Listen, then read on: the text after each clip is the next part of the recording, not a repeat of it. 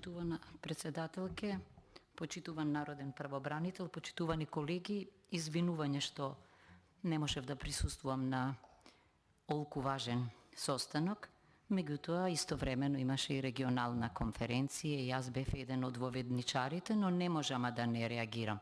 Прво, овој извештај всушност е извештај на претходниот народен правобранител.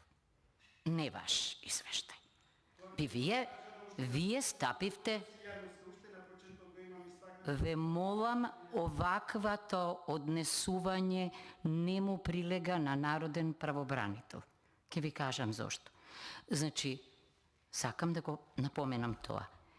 И не смеете овде, бидејќи вашиот легитимитет извира од нас, пратениците, да квалификувате. Тоа може да го стори председателката, ама вие не. Значи, политиканство не може да биде ваш израз. Ке ви кажам зошто. Има држави како Британија, каде што граѓаните не поднесуваат иницијативи директно до, како тие го нарекуваат, public commission, јавниот бранител, туку преку пратениците. Зошто?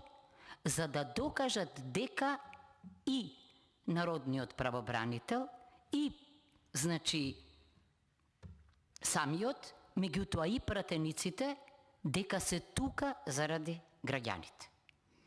Затоа вие имате посебна обврска кон нас, бидејќи бевте избрани како, речиси, единствениот кандидат, што ќе се согласите дека не е многу демократски начин на избор.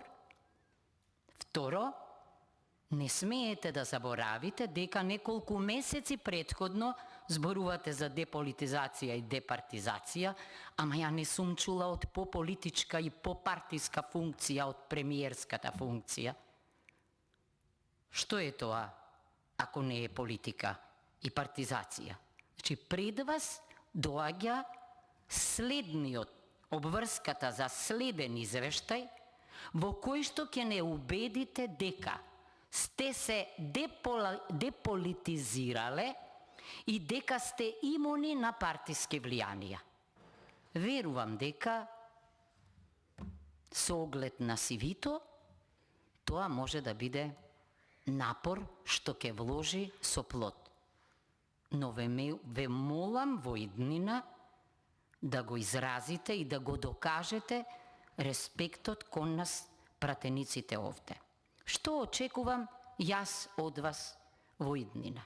Во многу извештаи се повторуваат истите наоди, истите ветувања, меѓутоа на секој извештај ние повторно укажуваме на проблематичноста на ваквиот начин на комуникација со нас. И затоа јас се надевам дека оние нотирани проблеми од вашиот претходник, вие ќе ги решите. Ама вие денеска поентата ја ставивте на независниот буџет.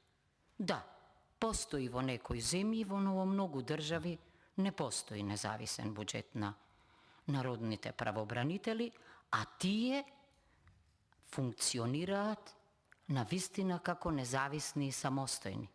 Стрепат од нив високите, значи, носители во администрацијата на функции, во државната и јавна администрација, одвај ги чека реакциите јавноста, нивните изјави, нивните коментари и нивните извештаи.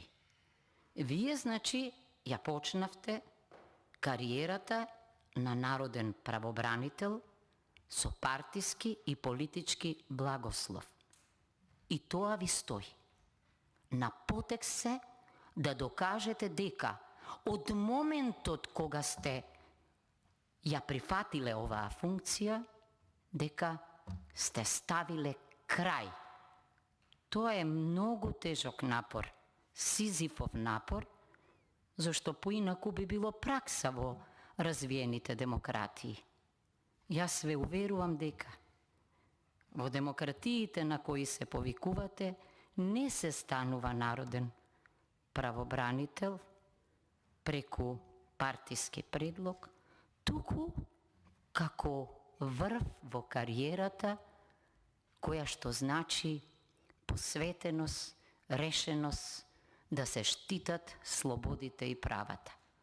Не смеам во стартот да речам дека не верувам дека тоа ќе го сторите, но би сакала да ме демантирате. Но ве молам, значи, во иднина, бидејќи сте биле и самиот пратеник, сме биле и заедно во некои демократски мисии, сега се сетив, во тогашната Чешко-Словачка, сепак да изразите должна почит, како што веројатно тогашниот народен правобранител изразувал кон вас. Мислам дека тогаш ќе имаме добра совработка, не заради нашиот соживот, туку заради слободите и правата на граѓаните кои, тоа ми се допадна, не се пријавив и затоа не сакам, непријатно ми е да го узурпирам просторот, кои се зголемија осетно за време на COVID-19 кризата и сега многу случаи се пред судот што го споменавте во Страсбург. Иначе, посебно го поздравувам предупредувањето дека со должна почит треба да се однесуваме кон пресудите на Страсбуршкиот суд. Тоа не е случај со нашите соседи, морам да кажам, меѓутоа не треба во тоа да бидеме слични. Ми благодарам. И само последното, не се зборува за одсутен пратеник и човек.